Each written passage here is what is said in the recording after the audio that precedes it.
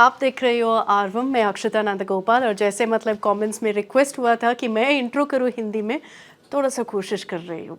तमिलनाडु से शुरू करेंगे इस एपिसोड में, जहाँ पे एक वीडियो और ज़्यादातर वीडियो सोशल मीडिया में जा रहे हैं कि बिहारीज और झारखंड के लोगों के खिलाफ ज़्यादा हमले हो रहे हैं, अटैक्स हो रहे हैं तमिलनाडु में।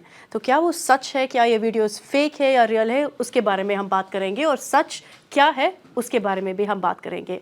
वहाँ से कर्नाटका के बारे में, जहाँ पे एक बहुत beautiful lotus shape Shivamogga airport inaugurate किया है, उसके बारे में बात करेंगे। और हाँ, थोड़ा सा रिकमेंडेशंस मैं दूंगी आपको कि शिवमोगा के पास कहाँ कहाँ जानी चाहिए, क्या क्या एक्सप्लोर और डिस्कवर करनी चाहिए। तेलंगाना और आंध्र में क्या हो रहा है। तेलंगाना में अभी सिर्फ फिश कैंटीन नहीं, आप मटन भी डेलिकेसीज़ जो है, तेलुगु डेलिकेसीज़ जो है, वो भी आप खा सकते हैं, क्योंकि बहुत मतलब जल्द मटन कैंटीन भी होगा तेलंगाना में। और आंध्र प्रदेश में एक जो हेडलाइन, नेशनल हेडलाइंस हुए हैं, वो ये है कि 3000 मंदिर अभी सरकार कंस्ट्रक्ट करेंगे, जो जगन सरकार है आंध्र प्रदेश में। तो वो है तेलंगाना और आंध्रा। केरला में क्या हो रहा है। देखिए, केरला में हमेशा हम बात करते हैं इनोवेशंस के बारे में, और इस बार भी केरला में एक बहुत अच्छी खबर आए है कि जो मैनुअल स्कैवेंजिंग का प्रॉब्लम है, जो बैंड है इंडिया में, लेकिन फिर भी होता है हर राज्य में। अभी केरला में मैनुअल स्कैवेंजिंग के लिए एक रोबोट मिले हैं। और आपने ये भी देखा है कि एक रोबोटिक एलिफेंट, रोबोटिक हाथी भी है एक मंदिर में। उसके बारे में हम बात करेंगे, जो लेटेस्ट इनोवेशन है केरला में। और हाँ, सोनल है मेरे साथ, रिकमेंडेशंस भी हम बात करेंगे। क्या बढ़िया इंट्रो था। हिंदी इंग्लिश मिक्स करके बोल दिया। अक्षता, हिंदी में आपने कितना अच्छा इंट्रो दिया। मतलब इसकी बहुत दिनों से डिमांड हो रही थी कि अक्षता से हिंदी में इंट्रोडक्शन रिकॉर्ड करवाया जाए। बहुत मुश्किल था, लेकिन बहुत रिहर्स भी किया। शुरुआत हम तमिलनाडु से करते हैं, क्योंकि सोशल मीडिया पर इतने सारे वीडियोस फ्लोट हो रहे हैं, क्लेम किए जा रहे हैं कि तमिलनाडु में जो बिहार के, झारखंड के, मतलब हिंदी बेल्ट जो है, वहाँ से जो मजदूर है, माइग्रेंट वर्कर्स है, उनको मारा जा रहा है, पीटा जा रहा है। कई वीडियोस सोशल मीडिया पर वायरल है। बिहार के जो मुख्यमंत्री हैं, उन्होंने ये मुद्दा ट्वीट करके रेज किया। बिहार के विधानसभा में इसे लेकर हंगामा हो रहा है। आप पहले बताइए, आपके पास क्या इन्फॉर्मेशन है, क्या जानकारियाँ सामने आई है? देखो, आई थिंक ज़्यादा वीडियोस अभी सोशल मीडिया पे जा रहा है, और ज़्यादा वायलेंट वीडियोस भी है, और बोल रहे हैं कि अभी ऐसे एक अटैक या एक इंसिडेंट अभी हुआ है तमिलनाडु में। क्लैशेस हुए हैं, माइग्रेंट वर्कर्स को टारगेट कर रहे हैं, पर्टिकुलरली लोग बिहार से, इसलिए नीतीश कुमार ने भी कमेंट किया। लेकिन तो हम जब वीडियोस देख रहे थे, ये पता चला कि ये पहले तो कुछ वीडियोस में कॉन्टेक्स्ट डिफरेंट है, कि ये तमिल लोग और बिहार के लोग के फाइट नहीं है। कुछ वीडियोस डेटेड है, मतलब पुराने वीडियोस अभी ज़्यादातर पब्लिश करके बोल रहे हैं कि अभी हुआ। तो ये सब फेक न्यूज़ है एसेंशियली। लेकिन क्योंकि बिहार चीफ मिनिस्टर नीतीश कुमार ने ट्वीट किया इसके ऊपर, इसलिए ज़्यादातर एक डिबेट भी हुआ कि क्या ये सच है, क्या ऐसे हुआ है। क्योंकि नीतीश जी ने शायद बोला कि मैं देख रहा हूँ कि क्या एग्जैक्टली हुआ है, और जो वीडियोस अभी वायरल हो रहा है, मैं उसके बारे में जांच कंडक्ट कर रही हूँ। तो उस समय तमिलनाडु की जो डीजीपी है, एक वीडियो स्टेटमेंट भी दिया है, जो हम चलाएंगे अभी, जिसमें क्लियरली बोल चुका है कि ऐसा कुछ नहीं हुआ है, ऐसे कुछ अटैक नहीं हुआ है, ऐसे कुछ इंसिडेंट तमिलनाडु में नहीं हुआ है। और तमिलनाडु पुलिस ज़्यादातर सोशल मीडिया में ही ये मैसेज भेज रहे हैं कि ऐसा नहीं हुआ। हाँ, ये डिबेट कर सकते हैं कि क्या माइग्रेंट वर्कर्स का प्लाइट, और क्या लोग जो नॉर्थ इंडिया से तमिलनाडु जाते हैं उनको क्या होता है। लेकिन मैं इतने बोल दूंगी कि जो अभी जो वीडियोस फैल रहे हैं, उसमें कोई सच नहीं है, और ऐसा कुछ इंसिडेंट नहीं हुआ है। बिहार में शायद बहुत ज़्यादा मतलब डिबेट हो रहा है इसके ऊपर, क्योंकि मैंने ये भी देखा कि असेंबली में बीजेपी ये मुद्दा उठाया, लेकिन वहाँ पे तेजस्वी ने बोल दिया कि ऐसा कुछ नहीं हुआ है। थोड़ा सा कॉन्ट्रडिक्शन है, क्योंकि नीतीश कुमार ने एक पैनल सेटअप किया और तेजस्वी बोल रहा है कि नहीं हुआ है। लेकिन तमिलनाडु ऑन रिकॉर्ड डीजीपी ने ही एक वीडियो स्टेटमेंट दे दिया कि ऐसा कुछ नहीं हुआ है। ये हंगामा इसलिए भी हुआ क्योंकि दावा ये किया गया कि 15 मजदूरों को मारा गया, मतलब उनकी हत्या हुई है। आप कह रही हैं कि ये अभी नहीं हुआ, मतलब ये वीडियोस जो हैं मिसलीडिंग वीडियोस को पब्लिश किया जा रहा है। लेकिन ये जो खबरें आए दिन सामने आती है कि क्लैशेस हो रहा है, या हिंदी स्पीकिंग जो मजदूर है वहाँ पर हिंदी बेल्ट से, उनके साथ कोई ना कोई मतलब घटना या कोई ना कोई विवाद होता ही रहता है वहाँ पर। थोड़ा सा मैं मान लूँगी कि थोड़ा सा डिस्क्रिमिनेशन है और उसके ऊपर ज़्यादा चर्चा भी होनी चाहिए। मेरे को लगता है कि जैसे हमने आर्वम शुरू किया क्योंकि नॉर्थ को ऑडियंस साउथ के बारे में एजुकेट करना है, मेरे को लगता है कि ज़्यादातर साउथ में भी एक शो होनी चाहिए क्योंकि वहाँ पे भी ज़्यादा मिस इन्फॉर्मेशन है नॉर्थ के बारे में, नॉर्थ इंडियन ऑडियंसेस के बारे में, और ये पॉलिटिकल भी है। क्योंकि अगर आप देखोगे 2 महीने पहले भी कमेंट्स आया था तमिलनाडु मिनिस्टर से, जैसे कि लोग नॉर्थ से आते हैं पानी पूरी बेचने के लिए, और ऐसे कमेंट्स ऑब्वियसली और विशेट करता है एटमॉस्फेयर को। तो ये ज़्यादातर एक बिग पॉलिटिकल टॉकिंग पॉइंट भी है, और ये भी है कि हाँ यहाँ पे आकर लेबरर्स जो है हमारे काम लेकर मतलब ऐसा बैठते हैं तमिलनाडु में। और क्या हिंदी हेट है वहाँ पे तमिलनाडु में, मैं ये बोल दूँगी कि अगर मतलब ये एक रिपीट है कि पॉलिटिकल मूवमेंट की वजह से थोड़ा सा सीप इन हो गया आपकी सोसाइटी और सिस्टम में, कि अगर आप कहीं चेन्नई में जाते हो, कुछ लोग तो आप डिसेंटली बात करेंगे, कुछ लोग ऐसे हैं कि अगर आप हिंदी में बात करोगे तो वो बोल देंगे कि नहीं हमको हिंदी नहीं पता है और मदद नहीं करेंगे। तो वो थोड़ा सा सेंटिमेंट है, एंटी हिंदी थोड़ा सा सेंटिमेंट है, लेकिन क्या वो वायलेंस को ट्रांसलेट करता है कुछ समय? हाँ, क्योंकि माइग्रेंट वर्कर्स के खिलाफ थोड़ा सा होता है, पर्टिकुलरली आपके लेबर क्लास के खिलाफ, क्योंकि उनके पास रिसोर्सेस नहीं है, और ऑब्वियसली जो जैसे मतलब सोसाइटी में उनके साथ भी जो लोग हैं वो भी ज़्यादातर ऐसे ही वायलेंस में रिजॉर्ट करते हैं। तो थोड़ा सा प्रॉब्लम है और अवेयरनेस होनी चाहिए, एजुकेशन होनी चाहिए। तो ये ज़्यादातर एक डिबेट होनी चाहिए तमिलनाडु में। हाँ, ये वीडियोस फेक है, लेकिन ऑन द लॉन्ग रन एक कॉन्वर्सेशन तो 100% होनी चाहिए इसमें। मजदूरों के साथ क्या वाकई हिंसा हो रही है, क्या उनके साथ भेदभाव हो रहा है, इस पर ज़्यादा बेहतर समझ देने के लिए, ज़्यादा बेहतर बातचीत करने के लिए हमारे साथ राहुल जुड़ रहे हैं। राहुल एक इंडिपेंडेंट न्यूज़ पोर्टल में काम करते हैं, मतलब राहुल का अपना इंडिपेंडेंट हाउस है रूस्टर न्यूज़ नाम से, और राहुल लगातार इस इशू को कवर कर रहे हैं, माइग्रेंट वर्कर्स से बात कर रहे हैं। तो हम राहुल से ही बात करते हैं ताकि वहाँ ग्राउंड की जो बेटर मतलब बेटर इनसाइट्स है ग्राउंड सिचुएशन की, वो हमें पता चले। राहुल, आपके पास क्या जानकारियाँ हैं? नमस्कार। देखिए, जैसे अक्षिता ने बोला कि यहाँ पर जो भी न्यूज़ फैलाई गई, हाल ही में जो भी आपने वीडियोस देखे थे वो सारे फेक निकले।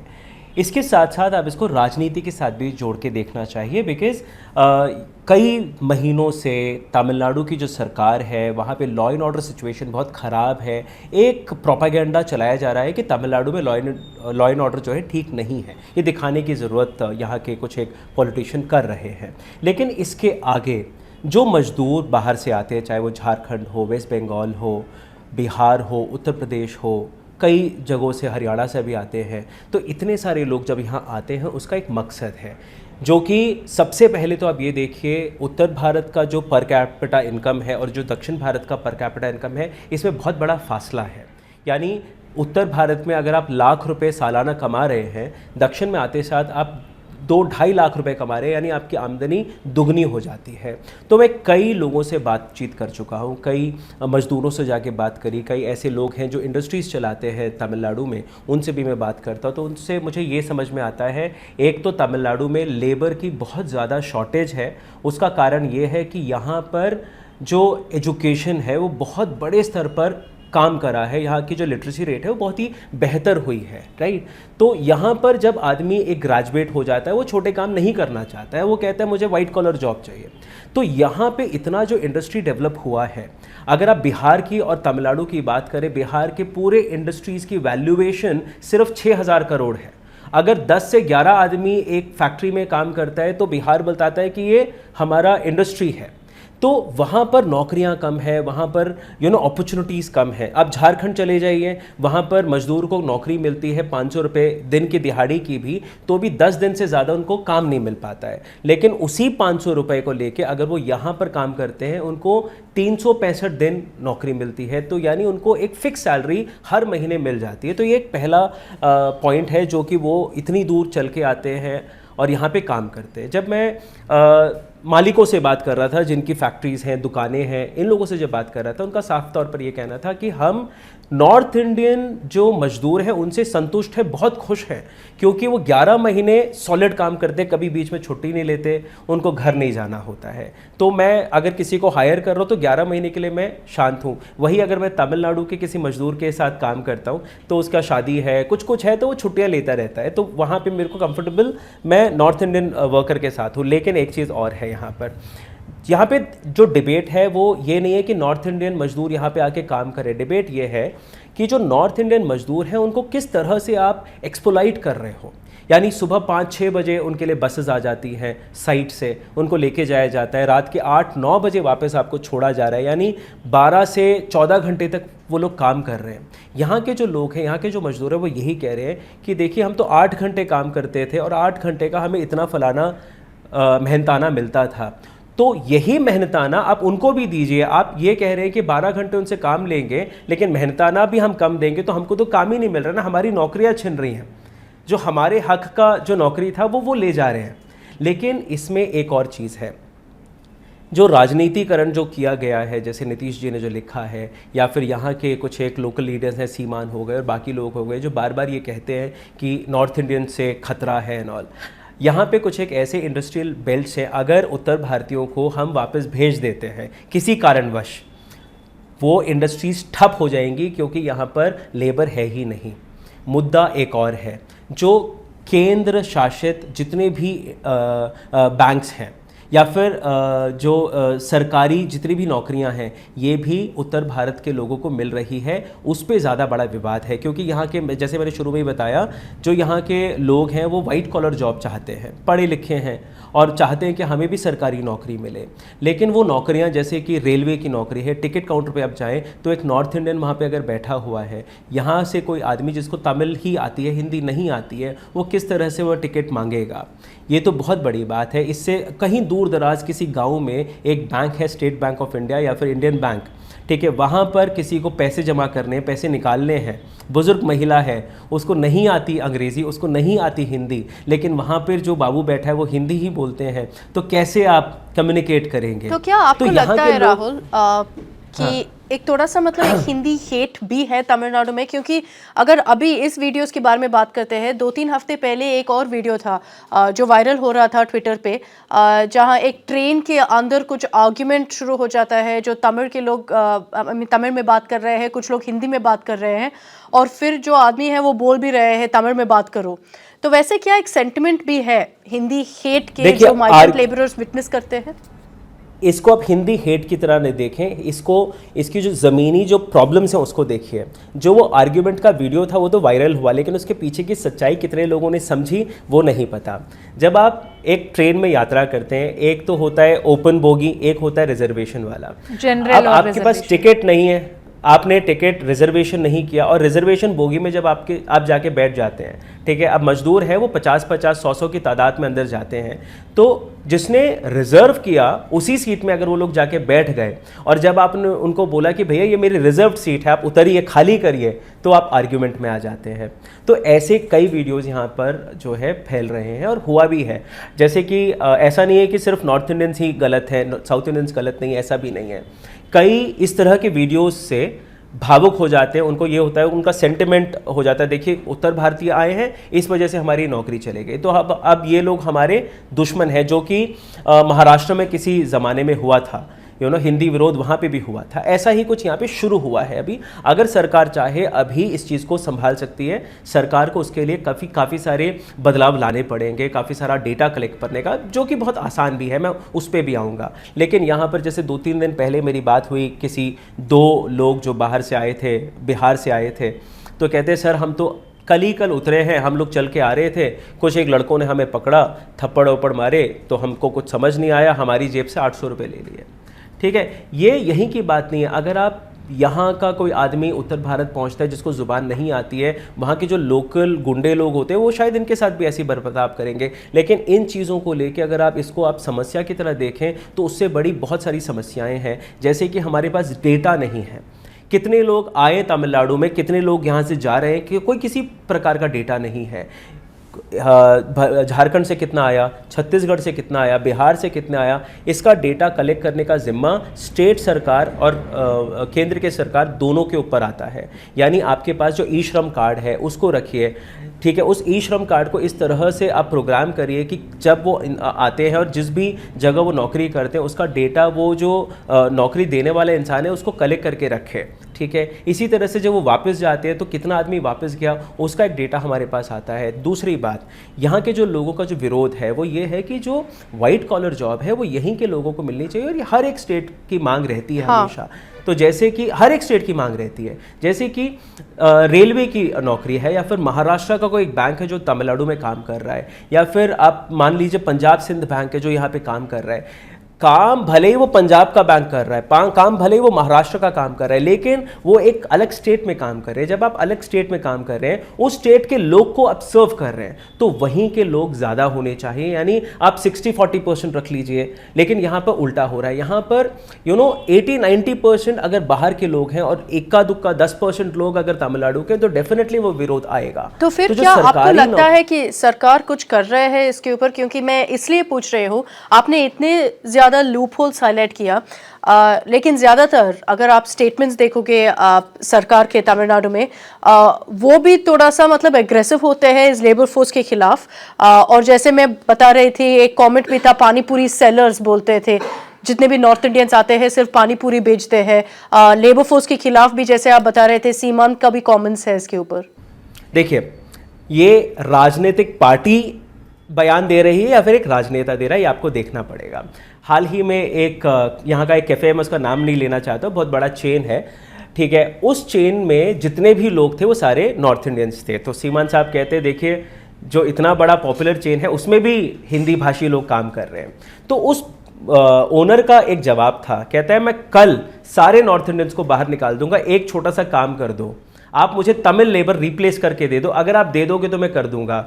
कोई नहीं कर पाया, ठीक है। ऐसे ही एक और किसी चेन ऑफ रेस्टोरेंट के ओनर से मेरी बात हुई, वो कहते हैं देखो इतना विरोधाभास हो रहा है, इतने सारे जो पॉलिटिशियंस हैं वो स्टेटमेंट्स दिए जा रहे हैं, तो हमको भी डर लगता है कल को हमारी दुकान आके तोड़ देंगे ये लोग। तो हम भी तमिल लोग चाहते हैं, लेकिन पिछले 2 हफ्ते से एक तमिल का जो बहुत पॉपुलर न्यूज़पेपर है उसमें मैं एडवर्टाइजमेंट दे रहा हूँ कि मुझे आदमी चाहिए, एक सिंगल कॉल नहीं आया मुझे तमिल भाषियों से कि मेरे को नौकरी चाहिए।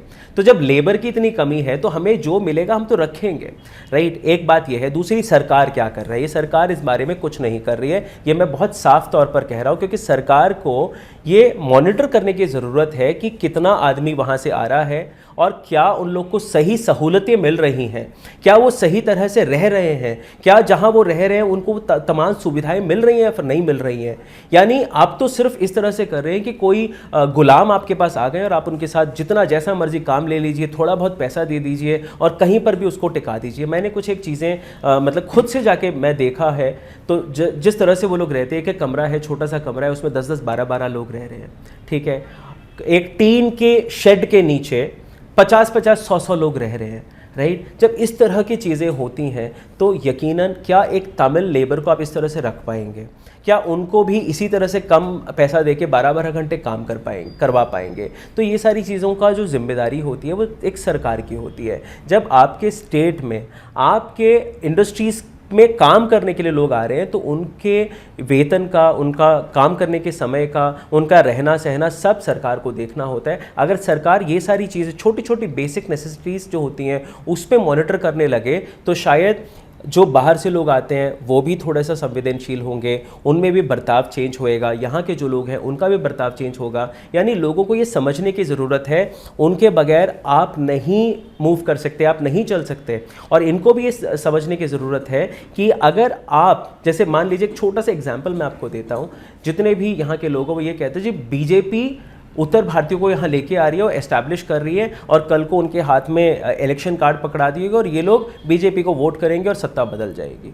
तो ये भी एक बहुत बड़ा मुद्दा है। क्या अगर ऐसा हुआ कि 1 नेशन 1 इलेक्शन जब हो जाता है, जो वहाँ पे लोग आते हैं उनको टेम्प्रेरी इलेक्शन कार्ड मिल जाता है और वो वोट डालना शुरू कर देते तो यहाँ की राजनीति बदलने का एक बहुत बड़ा जरिया बन जाते हैं वो लोग। तो उसका भी विरोध हो रहा है। वो कहते हैं कि आप आइए, आपको राशन लेना आप राशन लीजिए, लेकिन राशन कार्ड तमिलनाडु का नहीं, एक एक अलग राशन कार्ड उनका होना चाहिए। आप जो वोटिंग राइट है वो आपको नहीं मिलनी चाहिए। जब इलेक्शन की बात हो, आप जाइए झारखंड, आप जाइए छत्तीसगढ़, वहाँ जाके आप वोट करिए, यहाँ पे आप वोटिंग राइट ना मांगिए, ठीक है। तो इस तरह की आवाज़ें भी उठती हैं। तो इसके लिए आप क्या कर रहे हैं? इन सब चीज़ों को सॉल्व करने के लिए सरकार क्या कर रही है? अगर आप इस बारे में देखें तो सरकार मौन है। नहीं, I think Rahul is raised काफ़ी पॉइंट्स रेस किए हैं जो ज़्यादातर चर्चा होनी चाहिए, क्योंकि तमिलनाडु में भी इतना ज़्यादा बात नहीं करते हैं इस मुद्दे के बारे में। तो होपफुली इसके बाद, क्योंकि इतने वीडियोस हुए हैं और तमिलनाडु पुलिस ने भी अभी क्लैरिफाई कर दिया कि ये है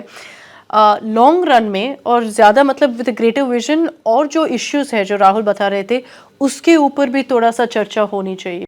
एक सवाल बस राहुल मेरा और था कि क्या अभी वहाँ पर पलायन जैसी स्थिति है? मतलब मर्डर तो नहीं हुआ, ये आपने भी क्लैरिफाई किया, अक्षता ने भी क्लैरिफाई किया, डीजीपी की तरफ से भी स्टेटमेंट आया, लेकिन एट्रोसिटीज़ जो हिंसा है जो मतलब कुछ दिनों में होती रहती है, ये तो चल रही है। तो क्या इस वजह से पलायन हो रहा है, मजदूर वापस जा रहे हैं, या एक मैं आपको साफ एक ग्राउंड रियलिटी बताता हूँ।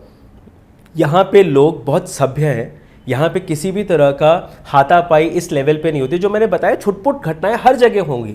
अगर एक तमिल भाषी नॉर्थ इंडिया में जाएगा उसके साथ भी वो होगा, और एक हिंदी बोलने वाला साउथ इंडिया में आएगा उसके साथ भी कुछ कुछ हो सकता है, ठीक है। पॉकेट वार हर जगह होते हैं, लेकिन उसको रख के अगर आप देखें ऑल अक्रॉस तमिलनाडु ऐसा हो रहा है तो नहीं हो रहा है। आप किसी भी छोटी से छोटी दुकान पे चले जाइए, पान की दुकान में चले जाइए, आपको हिंदी भाषी वहाँ पे काम करते हुए मिलेंगे। और तो और मैं आपको बताता हूँ, तमिल वर्कर्स से बेहतर वो डोसा बनाते हैं, तमिल वर्कर्स से बेहतर वो सांभर बनाते हैं। 9 महीने हुए, एक कई झारखंड से थे वो जिनसे मैं मिला, 9 महीने में वो तमिल में बात कर रहे हैं, राइट। मछली बेचते हैं, मछली पकड़ने जाते हैं। तो यहाँ के जो लोग हैं उन्होंने मिल बांट कर काम करना सीखा है, ठीक है। आप दूर दराज किसी खेती हर मजदूर को आप देखें, ठीक है, फील्ड्स में फार्मिंग का काम ये लोग कर रहे हैं, यू नो। तो उनकी काम की सराहना है, उनकी इंपॉर्टेंस यहाँ के लोगों को है। तो इस तरह से कहीं मतभेद नहीं है, क्योंकि वो लोग हिंदी में नहीं बात कर रहे हैं, उन्होंने यहाँ की भाषा सीखी है और यहाँ की भाषा में वो बात कर रहे हैं। लेकिन प्रॉब्लम यहाँ पे तब आती है जब यहाँ के लोग, जैसे कुछ एक कायदा पसंद लोग हैं, बोलते हैं हम रिजर्वेशन में जाते तो हमारी चीज़ों पर आप मत करिए, आप नहीं आइए। तो वो चीज़ जब वो उनका हक छीना जाता है तो हर कोई वो अग्रेसिव होता है, वो चीज़ें होती हैं। जैसे चोरी हो गई कहीं, तो कई जगहों पे ऐसा भी कहा गया है कि भैया नॉर्थ इंडियंस आते हैं इसलिए चोरी हो गई। ऐसा नहीं है, कुछ एक लोग ऐसी घटना करते हैं तो उनका डेटा ही आपके पास नहीं है, उनके बारे में कुछ नहीं पता, वो क्राइम करके चले जाते हैं। तो उसको पकड़ने के लिए जो चीज़ें जब खबरें आती हैं तो जो पूरा कम्युनिटी है, जो पूरा नॉर्थ इंडियन कम्युनिटी, उसी को ब्लेम कर दिया जाता है एक जैसे।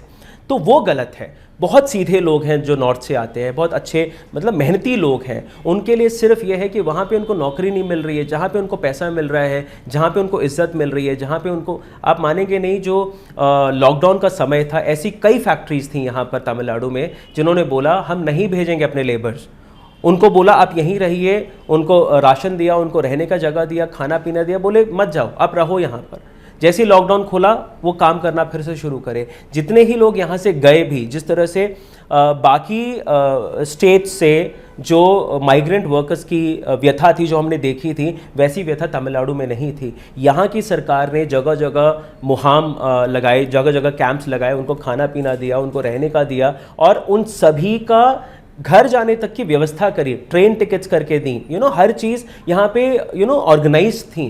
तो ये सब यहाँ की सरकार ने करी भी हैं, और इस वजह से जो लोग यहाँ से गए माइग्रेंट होके वापस आए, चाहे 6 महीने बाद आए, 1 साल बाद आए, कई ऐसे लोग हैं जो कि जाते हैं कई और किसी और स्टेट में चले भी गए तो वापस यहीं आ जाते हैं, क्योंकि यहाँ पे उनको पैसा ज़्यादा मिलता है, नौकरी की एश्योरिटी है, ये तमाम चीज़ें हैं। नीतीश कुमार जी की अंत में एक बात करके ख़त्म करना चाहता हूँ।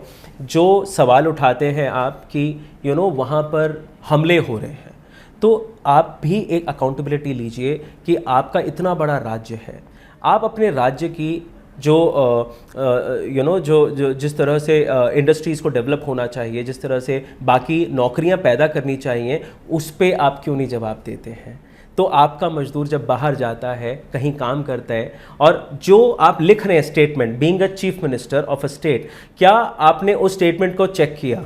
ठीक है, ऐसी भी कई सारी चीज़ें होती हैं जो हमको हर जगह से बैलेंस आउट करके देखना चाहिए। यहाँ के लोग बहुत खुश हैं और यहाँ के लोगों को टेक्निकली देखा जाए तो उनके बगैर इनका काम नहीं है, इनके बगैर उनका काम नहीं है। सो इट्स अ ताना बाना। Thank you so much Rahul, हमारे साथ जुड़ने के लिए, Thank you so इतने much. डीप Thank और you so better much. Insights देने के लिए और सच्चाई सामने लाने के लिए, क्योंकि सोशल मीडिया पर तो एक बहुत ही डिफरेंट नैरेटिव चल रहा था और जिसमें मुख्यमंत्री भी जिसका मतलब पार्ट थे, जिसका पार्ट यहाँ नॉर्थ इंडिया के, बिहार के एमएलएज भी हुए और हर तरफ से नफरत ही फैलाई जा रही थी कि देखिए वहाँ पर ये हो रहा है, इनके साथ ये हो रहा है। अकाउंटेबिलिटी कोई भी नहीं लेना चाह रहा था, जिसकी आप बात कर रहे हैं, जो लॉन्ग टर्म सोल्यूशन की बात करें।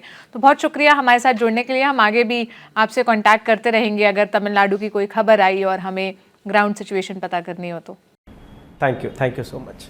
तो तमिलनाडु में जो नॉर्थ इंडिया के मजदूर जा रहे हैं, माइग्रेंट वर्कर्स जा रहे हैं, उनकी जो हालत है उस पर जो एक तरफा नैरेटिव चलाया जा रहा था सोशल मीडिया पर, बहुत लोग कमेंट्स में लिख रहे थे कि आप लोग इस पर बात करिए, इस पर बताइए, यहाँ की सिचुएशन दिखाइए।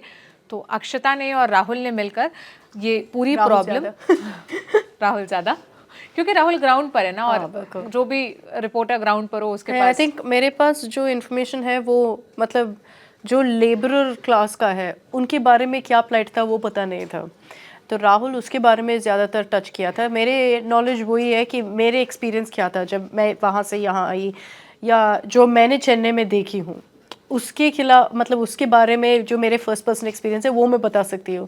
लेकिन आई थिंक राहुल ने वो लेबरर्स का एक्सपीरियंस क्या है, माइग्रेंट वर्कर्स का क्या हाल है, उसके बारे में ज़्यादा इंसाइट भी दिया है। तो मतलब ज़्यादा अभी और डिबेट होनी चाहिए इस पे, और जैसे हम मतलब राहुल भी बोल रहा था कि शायद सरकार को भी कुछ स्टेप्स लेनी चाहिए इस पे। मुझे याद है अक्षता ने एक वीडियो में, मतलब आरवम की एक वीडियो में आपने बताया था कि आप अपने हस्बैंड के साथ गई थी ना, और वो शायद हिंदी में किसी शॉपकीपर से बात करने की कोशिश कर रहे थे और उसने रिप्लाई ही नहीं किया, मतलब वो तब तक नहीं बोला जब तक मेरे हस्बैंड बोले थे हिंदी नहीं पता है, तो फिर बोल दिया इल्ला सर। तो मतलब उनको समझ आ रहा था क्लियरली, लेकिन बात करने से बिल्कुल मना किया। तो कुछ लोग ऐसा है कि और मतलब ऐसा नहीं था कि रूड था, बस बोल दिया कि नहीं मेरे से नहीं होगा, मैं बात नहीं करूँगा। तो कुछ लोग का ऐसा है, सेंटिमेंट है कि आप अगर हमारी सिटी में हो तो हमारे भाषा बात कर लो, वही प्रॉब्लम है। जैसे मतलब अगर मैं यहाँ पे आई थी और जब मैं पहले आई थी और मेरे को हिंदी ऑब्वियसली इतना भी नहीं आता था, और थोड़ा सा यहाँ वहाँ आती थी, तो मुश्किल तो है।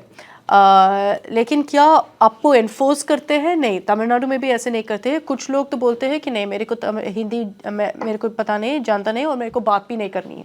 तो बस वो सेंटिमेंट है और वो इमोशन है वहाँ पे।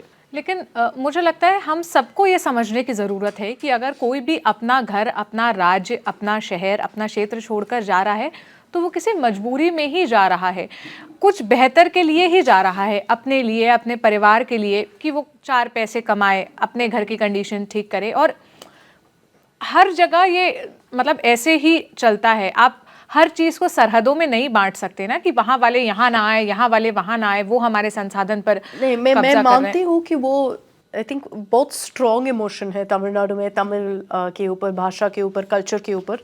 और मैं मानती हूँ कि ज़्यादातर वो थोड़ा ट्रांसलेट करता है एंटी और लैंग्वेजेस के।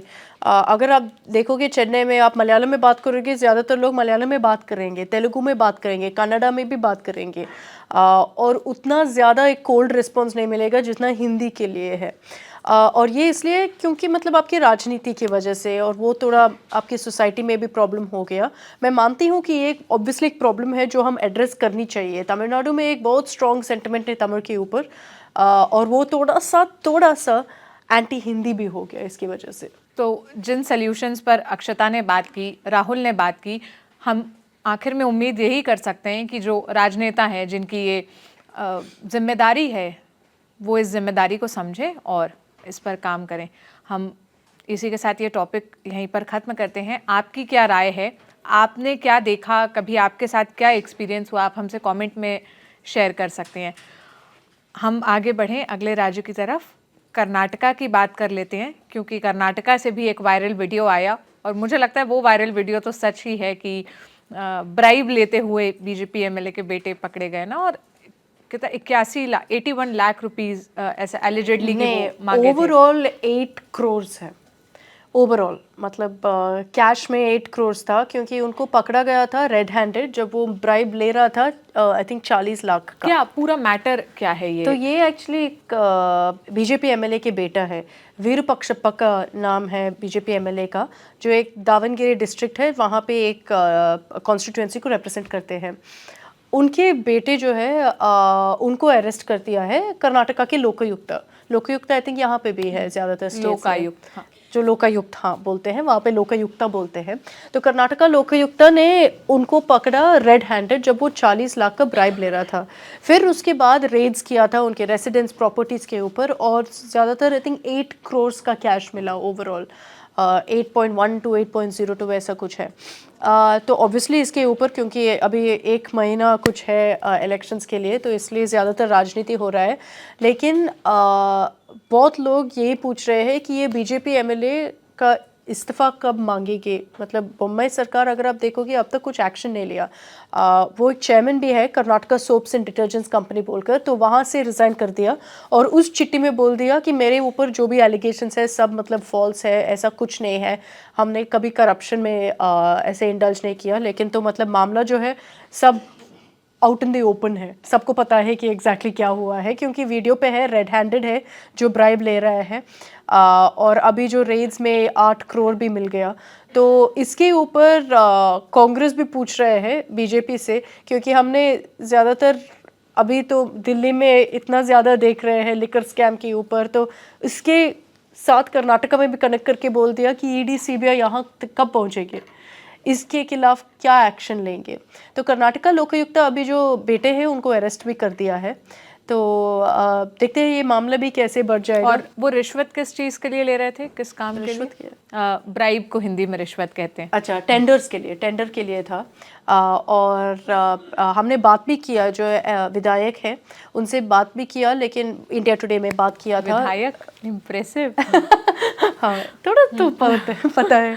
तो इनके साथ हमने बात की थी जब अरेस्ट हुआ था उनके बेटे को, तो उस समय बोल दिया कि मेरे को कुछ पता नहीं, मैं गांव में हूँ, मैं बेंगलुरु जाकर फिर देख लूँगा क्या हो रहा है। लेकिन आई थिंक 24 आवर्स और ऊपर रेड्स हो रहा था इनके रेसिडेंसेस में, और मतलब वो फुटेज भी है जहाँ पे लोकायुक्त ऑफिशियल्स पूरा काउंट कर रहे हैं कितना कैश है। और अभी 8 करोड़ है, इससे ज़्यादा भी शायद हो सकता है। अच्छा अक्षता, कर्नाटका से एक और खबर है जो हमने पिछले दिनों जिसकी तस्वीरें देखी, येदियुरप्पा के साथ प्रधानमंत्री मोदी दिखे शिवमोगा एयरपोर्ट के इनॉग्रेशन के लिए गए थे ना। अच्छा, तो पहली चीज़ ये है, और मैं ज़्यादातर सिर्फ आप नहीं लेकिन ज़्यादातर नॉर्थ इंडियंस जो है येदियुरप्पा बोलते हैं। येडियुरप्पा है, येडियुरप्पा ड है। हाँ, द और नहीं। येडी मतलब येडी है ना, तो येडियुरप्पा। येडियुरप्पा, हाँ, तो ज़्यादातर मतलब आई थिंक 100% के लोग यहाँ पे येदियुरप्पा ही बोलते हैं। हाँ। लेकिन हाँ, तो येडियुरप्पा के मतलब जो स्ट्रॉन्ग होल्ड है वो शिवमोगा है। और शिवमोगा में एक नया एयरपोर्ट ओपन किया है जो उनके पेट प्रोजेक्ट की तरफ मानते हैं। एक लोटस शेप्ड एयरपोर्ट है, बीजेपी है तो मतलब लोटस शेप ही होगा ऑब्वियसली। और मतलब ये एक बहुत बड़ा अचीवमेंट भी है कर्नाटका में, क्योंकि अगर आप देखोगे अभी कर्नाटका में हर जगह एयरपोर्ट्स है, तो कनेक्टिविटी का एक बहुत बड़ा बूस्ट भी हुआ है इसमें। हाँ, मतलब मैं क्लेम्स पढ़ रही थी कि हर 100-200 किलोमीटर पर एक एयरपोर्ट है। 150 to 200 किलोमीटर्स में एक एयरपोर्ट होगा। तो ये एक्चुअली शिवमोगा एयरपोर्ट क्यों इतना बड़ा है, क्योंकि ये एक्चुअली जो मलनाड रीजन जो हम बोलते हैं कर्नाटका में, उसको कनेक्ट करते हैं। और आपके लिए ये अच्छा खबर है इसलिए क्योंकि अगर आप मलनाड रीजन देखोगे बहुत ज़्यादा टूरिस्ट जगह है वहाँ पे, और बहुत खूबसूरत जगह भी है। जैसे आप वहाँ से कूर्ग जा सकते हैं, वहाँ से चिकमगलूर जा सकते हैं जहाँ पे कॉफ़ी प्लांटेशंस के बारे में बहुत बात करते हैं। जोग फॉल्स जो हमारे इंडिया में second biggest waterfall, highest waterfall है, वो जोग फॉल्स शिवमोगा में है। तो काफ़ी टूरिज्म डेस्टिनेशंस भी है वहाँ से। अक्षता, लेकिन मैं कुछ ट्वीट ये भी पढ़ रही थी कि आप हर एयरपोर्ट बनने को डेवलपमेंट से नहीं रिलेट कर सकते हो। जैसे मैसूर का कुछ बहुत भला नहीं हुआ वहाँ पर एयरपोर्ट आया, तो आप देखोगे कि मैं मानती हूँ कि अगर आप मैसूर जाओगे तो मतलब बैंगलोर से मैसूर जाओगे 100%, लेकिन ये देखो कि बैंगलोर मैसूर जो हाईवे है उसको भी डेवलप कर दिया है। तो कनेक्टिविटी के ऊपर अगर आप फोकस करोगे, और कर्नाटका में देखो मेरे को लगता है कि ज़्यादातर अगर आप यहाँ पे भी बात करोगे और लोगों से पूछोगे कि साउथ में कहाँ जाओगे, ज़्यादातर लोग बोलेंगे केरला जाएंगे। आई थिंक 100% वही आंसर होगा, या तमिलनाडु जाएंगे, तंजावुर टेम्पल्स देखेंगे, ये वो बीच, पौंडीचेरी, ये सब बोलेंगे। कितने लोग बोलेंगे आंध्रा, तेलंगाना, कर्नाटका। और अगर आप देखोगे कर्नाटका के पास इतना है टूरिज्म में ऑफर करने के लिए, और मेरे को लगता है कि ज़्यादातर वो अचीव कर सकते हो जब आप कनेक्टिविटी बूस्ट करते हो। और जैसे मलनाड रीजन के वेस्टर्न घाट्स की ब्यूटी जो है वो ऐसे ही मतलब आप एक्सप्लोर कर सकते हो जब देखो इंटरनली। अगर कर्नाटका में बात करोगे लोग तो ऐसे वैसे जाएंगे, यहाँ दिल्ली में बैठकर आपको कैसे पता चलेगा कि आप मेरे को शिवमोगा के पास इतने जगह है ऐसे शो देकर, और फिर आप पूछोगे कैसे जाऊंगी मैं, अगर मैं बैंगलोर से शिवमोगा जाना है इतना टाइम लगेगा, कैसे जाऊंगा, इतना मतलब हेडेक होगा। अभी फ़्लाइट ले सकते हो, तो अगर इवन कनेक्टिंग फ़्लाइट है, इतना बड़ा सा मतलब कनेक्टिविटी का बूस्ट करता है, तो आपका टूरिज्म भी बूस्ट होता है, तो ऑटोमेटिकली डेवलपमेंट होता है। तो मेरे को लगता है कि जितने भी लोग मतलब क्रिटिसाइज़ करते हैं इसको, वो सही नहीं है। जितने भी एयरपोर्ट्स, ट्रेन स्टेशंस, हाईवेज आते हैं उतना ही अच्छा होता है वहाँ पे। और कर्नाटका में मेरे को लगता है कि थोड़ा सा डाउन प्लेड है टूरिज्म एंगल से। अगर आप देखोगे इतना ज़्यादा है एक्सप्लोर करने के लिए, लोगों को पता भी नहीं है। और ये होपफुली इसके बाद थोड़ा सा मतलब एटलीस्ट जो आपके मलनाड रीजन, जो वेस्टर्न घाट्स रीजन है कर्नाटका के, थोड़ा सा और लोग जाएंगे अभी वहाँ पे। मैंने ये सवाल इसलिए पूछा कि आप ये ना समझे कि हम कोई एक तरफ की ही बात कर रहे हैं या एक तरफ का वो ले रहे हैं। जो सवाल आप पूछते हैं, हमें दिख जाते हैं, हम वो ज़रूर लेते हैं। अगले राज्य की तरफ बढ़ते हैं जहाँ से खबर आई कि पहले वहाँ पर फिश कैंटीन्स जैसे शुरू की गई थी, उसी तर्ज पर अब मटन कैंटीन शुरू होगी। और जैसे ही मैंने पढ़ा तो मुझे बड़ा इंटरेस्टिंग लगा कि सरकार कैंटीन ओपन कर रही है, स्पेसिफिकली मटन कैंटीन। तेलंगाना की खबर है, क्या है पूरा मामला अक्षत? देखो आई थिंक पिछले हफ्ते ही है या 2 हफ्ते पहले जब कविता मैडम हमारे पास आए थे और रिकमेंडेशन 2 एपिसोड पहले, 2 एपिसोड पहले, तो अगर आप उनके कॉन्वर्जेशन देखोगे तो उनके रिकमेंडेशन ज़्यादातर नॉनवेज फूड का था, और बोल रही थी कि मैं तो नॉन वेजिटेरियन ही खाती हूँ। वहाँ पे तेलंगाना में एक क्रेज़ है नॉन वेजिटेरियन फूड के लिए, तो इसलिए मटन कैंटीन ओपन किए हैं। अगर आप नॉन वेज खाते हैं, अगर आप मटन खाते हैं, तो आपको 100% जो तेलुगु डेलिकेसीज है वो खानी चाहिए। तो ये जो मटन कैंटीन्स है अभी तो मतलब शुरू नहीं हुआ, शुरू होने वाले हैं। फ़िश कैंटीन्स है वैसे तो तेलंगाना में, तो अभी मटन कैंटीन भी शुरू करेंगे। तो ये क्या है, यहाँ पे ज़्यादातर आपको मटन डिशेस मिलेगा जो डेलिकेसीज है। मटन बिरयानी ऑब्वियसली तो मिलनी चाहिए तेलंगाना में और हैदराबाद में। फिर आपको मटन ग्रेवी मिलेगा, आपको पाया मिलेगा। पाया पता है आपको? मटन पाया। हाँ। गुर्डा फ्राई मिलेगा, पता है आपको? जो किडनीज आई थिंक बोलते हैं, आई थिंक किडनी, हाँ किडनी है या लिवर है, सॉरी आई थिंक किडनी। तो वो फ्राई बहुत पॉपुलर है एक्चुअली तेलंगाना में, तो वो भी मिलेगा आपको। तो ये जो डेलिकेसीज है तेलंगाना में, और सबसे मतलब मैं गारंटी कर सकती हूँ कि सब स्पाइसी होगा। तो ये ऐसे मटन कैंटीन एक स्टेप लिया है क्योंकि एक्सेसिबल होगा और चीप भी है। जैसे फ़िश कैंटीन, फ़िश बिरयानी था, उसमें फ़िश फ्राई है, फ़िश करी है, और सब मतलब अफोर्डेबल रेट्स में। और ये बहुत यूनिक कॉन्सेप्ट है। ज़्यादातर लोग को लगेंगे कि हमने जया कैंटीन के बारे में सुना है, इंदिरा कैंटीन के बारे में सुना है, ये पहली बार है कि एक नॉनवेज डेडिकेटेड स्टॉल है। लेकिन ये इसलिए है क्योंकि तेलंगाना में जो मतलब कल्चरली रिच फूड है, जो आपके देसी जो नेटिव फूड है, वो ज़्यादातर नॉन वेजिटेरियन और ऐसे डिफरेंट डिशेस का है। इसलिए मुझे वैसे तेलंगाना की एक कैंटीन के बारे में तब पता चला था जब हम बटुकम्मा फेस्टिवल कवर करने गए थे। खाते हो? नहीं, मैं वेज खाती हूँ। अच्छा। लेकिन आपने वहाँ ये बताया था कि सुबह शायद पूजा में वहाँ पर ऐसे कैंटीन्स ओपन होती है ना? पूजा में मतलब पूजा के वक्त पर सुबह 5:30 बजे। नहीं, तो सुबह मतलब अगर आप देखोगे साउथ में ज्यादातर ये कैंटीन्स उस पूजा के अराउंड। हाँ, अच्छा नहीं, वो तो मतलब तमिलनाडु के बारे में बात कर रहे थे। तमिलनाडु का। तमिलनाडु में सब चीज मतलब सुबह खोलते हैं। लेकिन आई थिंक वो मार्गरी मासम के बारे में बात कर रहे थे, मार्गरी मासम के बारे में।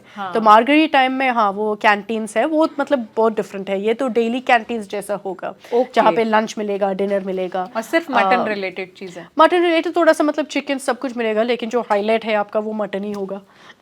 तो फिश कैंटीन्स जो पहले खुली थी वो उसका कैसा रेस्पॉन्स था, मतलब वो अच्छा? बहुत सक्सेसफुल है, इसलिए तो मटन कैंटीन के बारे में भी बात कर रहे हैं। वही मैं बोल रही हूँ कि वहाँ पे आपको इतना ज़्यादा मीट लवर्स शायद कहीं और पे नहीं मिलेगा जितना तेलंगाना में मिलेगा। और राज्य सरकार ओपन कर रही है, मतलब गवर्नमेंट ओपनिंग एनी हाँ, ये canteen actually is government very. Cooperative societies जो है तेलंगाना में, ये कोऑपरेटिव डिपार्टमेंट जो मतलब मटन की कोऑपरेटिव जो सोसाइटी है उनका प्रपोजल है ये, और वो इम्प्लीमेंट कर रहे हैं पूरे तेलंगाना में।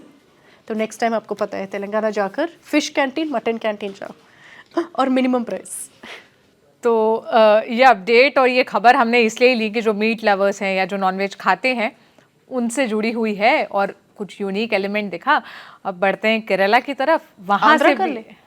आंध्रा, पूरा तेलंगाना आंध्रा कर लेते हैं। ठीक है आंध्रा चल लेते हैं। आंध्रा में मुख्यमंत्री सीएम ने अनाउंस किया कि 3000 मंदिर खोलेंगे हिंदुइज्म को प्रमोट करने के लिए, है ना? हाँ, और ये मतलब बहुत बड़ा नेशनल खबर हो गया कि ऐसे सरकार ने अनाउंस कर दिया।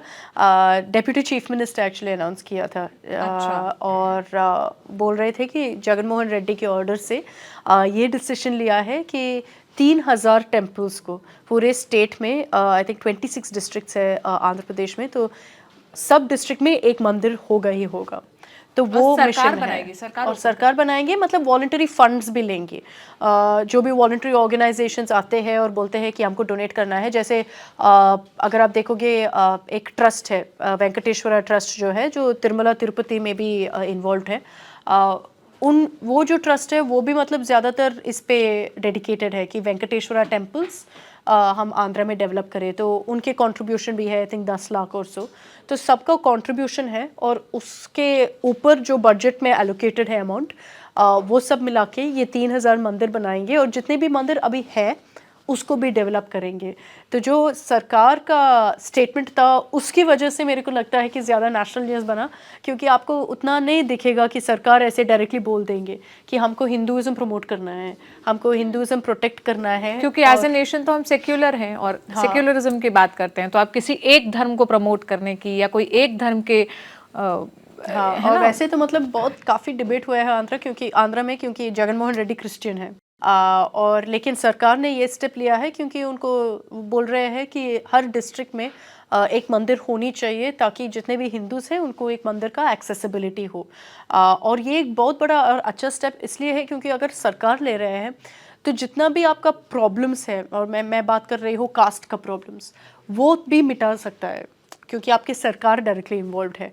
ये ज़्यादातर मतलब तमिलनाडु में भी एक बहुत बड़ा डिबेट है फ्री टेम्पल्स बोलकर, लेकिन जो काउंटर आर्ग्यूमेंट है उसका वो ये है कि अगर सरकार बना रहे हैं, अगर सरकार कंट्रोल करता है, तो फिर वो प्रॉब्लम नहीं उठता है, क्योंकि वो बोलते हैं कि फ्री एंट्री फॉर ऑल।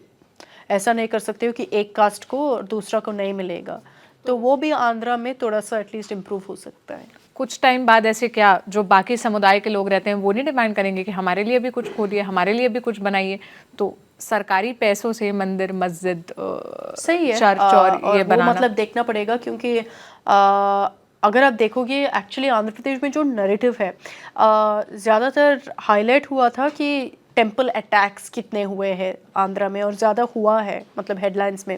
अगर आप देखोगे जगन मोहन रेड्डी एक क्रिश्चियन है, तो बोलते हैं कि हाँ उसके वजह से क्रिश्चियन अपीजमेंट होता है। पॉलिटिक्स में ऑब्वियसली रिलीजन माइनॉरिटी अपीजमेंट वो होता है बोलते हैं, तो उसके ऊपर भी ज़्यादा चर्चा होता है। तो ये भी ऑब्वियसली एक टॉकिंग पॉइंट हो जाएगा, लेकिन अभी तक जो रिएक्शन वो यही है कि जो सरकार ने लिया है, हिंदूज ने आंध्र प्रदेश में बोल दिया कि ये बहुत अच्छा स्टेप है, क्योंकि हमारे लिए तो एक्सेसिबिलिटी मंदिर का होगा हर डिस्ट्रिक्ट में आंध्र प्रदेश में।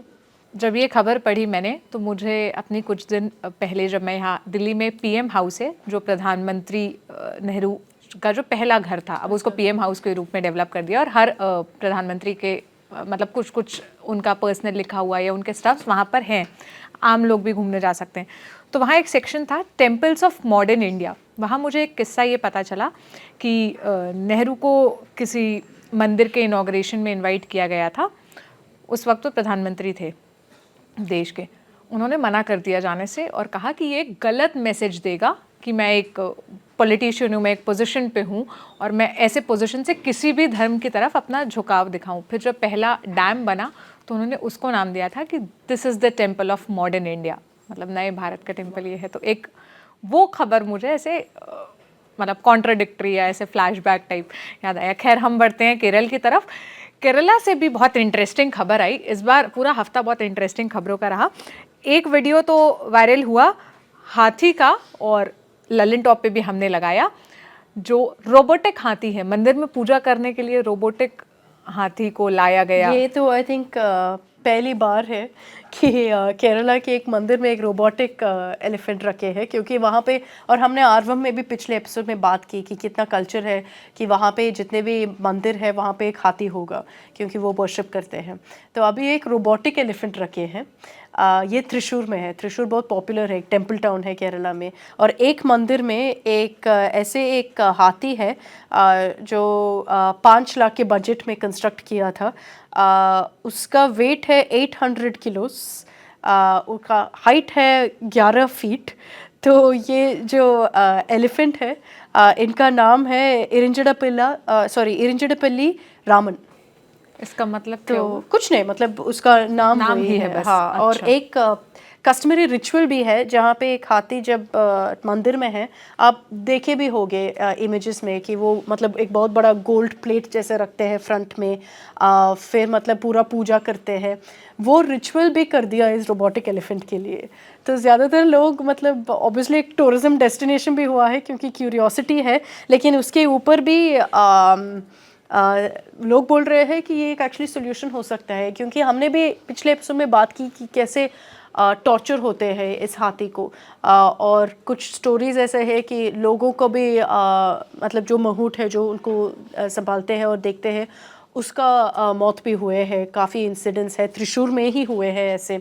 तो फिर ये एक सोल्यूशन हो सकता है। एक एनिमल राइट्स ग्रुप है पीटा भी मतलब ये पूरा प्रमोट कर रहे हैं। अभी बोल रहे हैं कि क्यों ना हम रोबोटिक एलिफेंट्स यूज़ करें अभी हर मंदिर में। इसके अलावा रोबोटिक मशीनीकरण से जुड़ी एक अच्छी खबर एक और है, वो ये कि मैनुअल एक्सकेवेशन जो होता है उसके लिए भी रोबोटिक और ये भी चीज़ें यूज त्रिशूर होंगे में ना। ये भी त्रिशूर से ही है। हाँ, ये भी त्रिशूर में है, जो एक टेम्पल टाउन है। तो ये बहुत इंटरेस्टिंग है, क्योंकि हम तो अगेन पिछले एपिसोड में मैनुअल स्कैवेंजिंग के भी बारे में बात किया तमिलनाडु के रेफरेंस में, लेकिन केरला में अभी एक रोबोटिक सेटअप किए हैं बैंडिकूट बोलकर, जो आपके सेप्टिक टैंक्स जो है उसके अंदर जाकर पूरा क्लीन कर सकता है।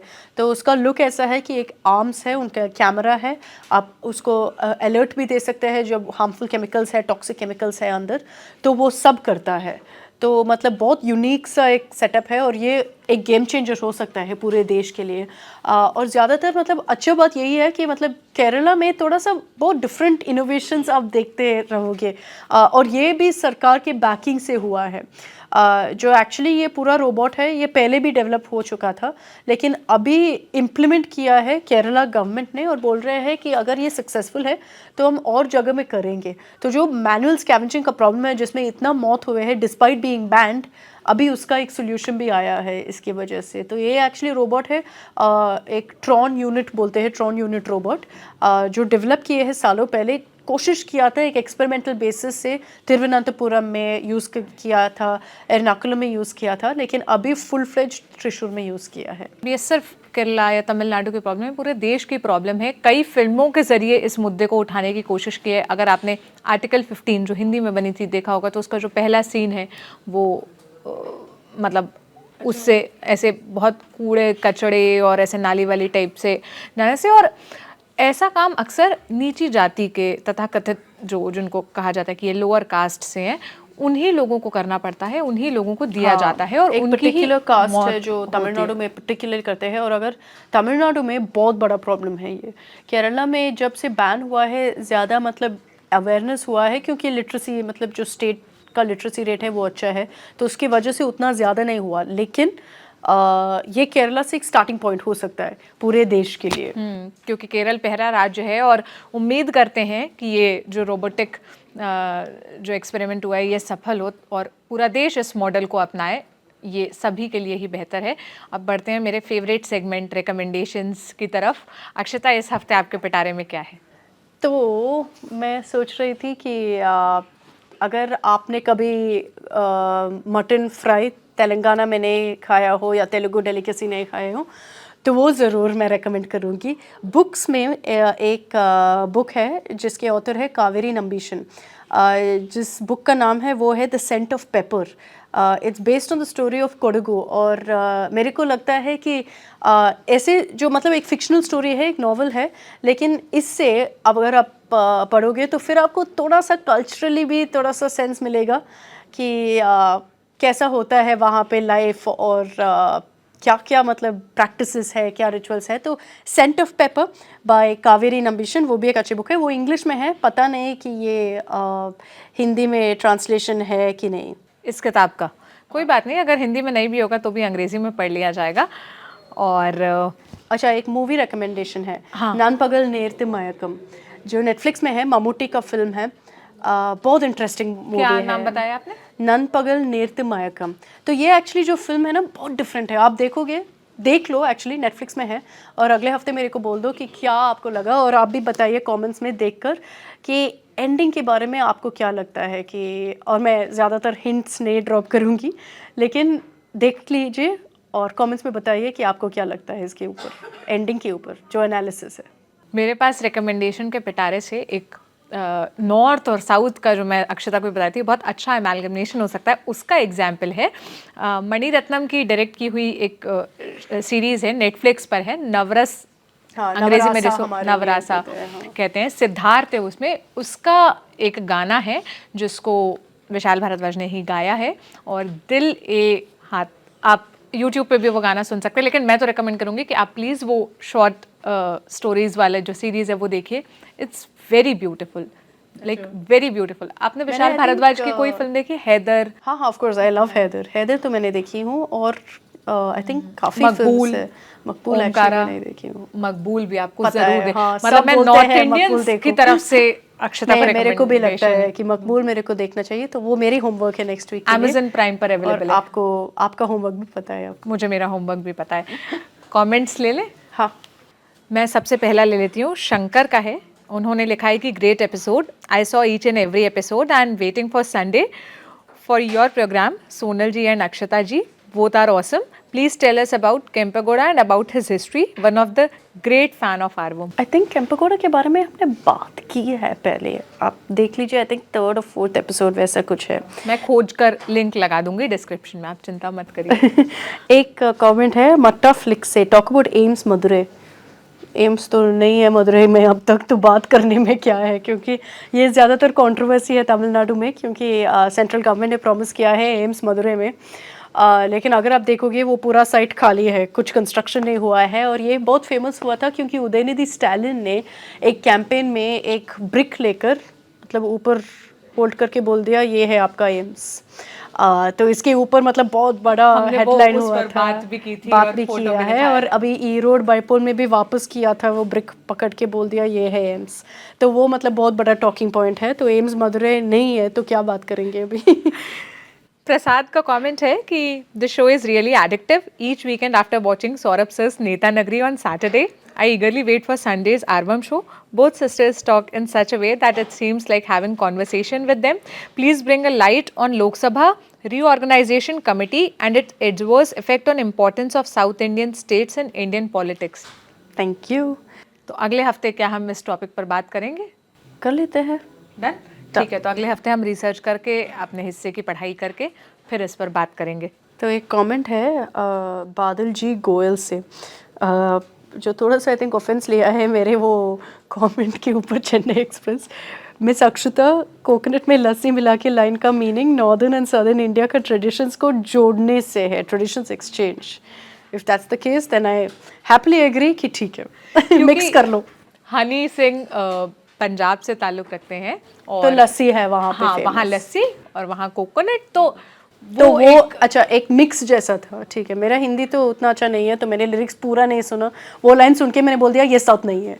तो अगर एक्सचेंज है तो ठीक है, आई स्टैंड करेक्टेड। मुझे एक चीज़ पूछनी थी, क्या कोकोनट में नींबू का रस मिला के मैंगलोर वगैरह में तो वो आई थिंक अभी वीडियो वायरल हो रहा है कि Photo ऐसे viral भी पी सकते हो। हाँ। मैंने कभी ट्राई नहीं किया, लेकिन लोग तो करते हैं। वहाँ कॉमन है। वहाँ पे एबनॉर्मल नहीं है, लेकिन कॉमन भी मैं नहीं बोलूँगी। जैसे आप स्ट्रीट में जाओगे, अगर आप नारियल पूछोगे तो ऐसे ही नारियल देंगे, हाँ, मिक्स नहीं करेंगे। कुछ आई थिंक कुछ जगह में ऐसे करते हैं, लेकिन मैंने कभी एक्सपीरियंस नहीं की। मैंने भी नहीं किया। एक आखिरी कमेंट और ले लूँ मैं। नित्यानंद यादव ने लिखा है, this is my first show of Aarvam and believe me it's such a amazing show. After watching this show I am watching the first 3 shows of Aarvam continuously. I think this show are gifts for us to know more about South India. Thank you so much Nitya ji, ऐसे ही नए लोग देखें, हमारी यही कोशिश है, यही उम्मीद है। और अक्षता, क्योंकि जैसे ही आप कमेंट्स पढ़ने लगते हो, बहुत एडिक्टिव गेम होता है, मैंने बताया था, तो अक्षता अब उसमें इन्वॉल्व हो गई है। हाँ, अभी तो मतलब बात कर रही है, मैं तो स्क्रॉल कर रही हूँ। तो रेगुलर व्यूअर्स के अलावा जो हमारी कहते हैं ना, जो हर हफ्ते देखते हैं, उनके अलावा नए लोग भी जुड़ रहे हैं, तो ये बहुत अच्छी बात है। आप लोग देखिए, हम हर हफ्ते संडे दोपहर 12 बजे ये एपिसोड रिलीज़ करते हैं। अक्षता हमें साउथ इंडिया में क्या चल रहा है, क्या खबरें आ रही है, उसके बारे में बताती हैं, कल्चर के बारे में, लैंग्वेज के बारे में रिकमेंडेशंस देती हैं, फिल्मों से रिलेटेड, बुक से रिलेटेड। तो आइए देखिए, और अपनी राय आप कमेंट में बता सकते हैं। अब अगले हफ्ते मिलेंगे नए एपिसोड के साथ। Thank you.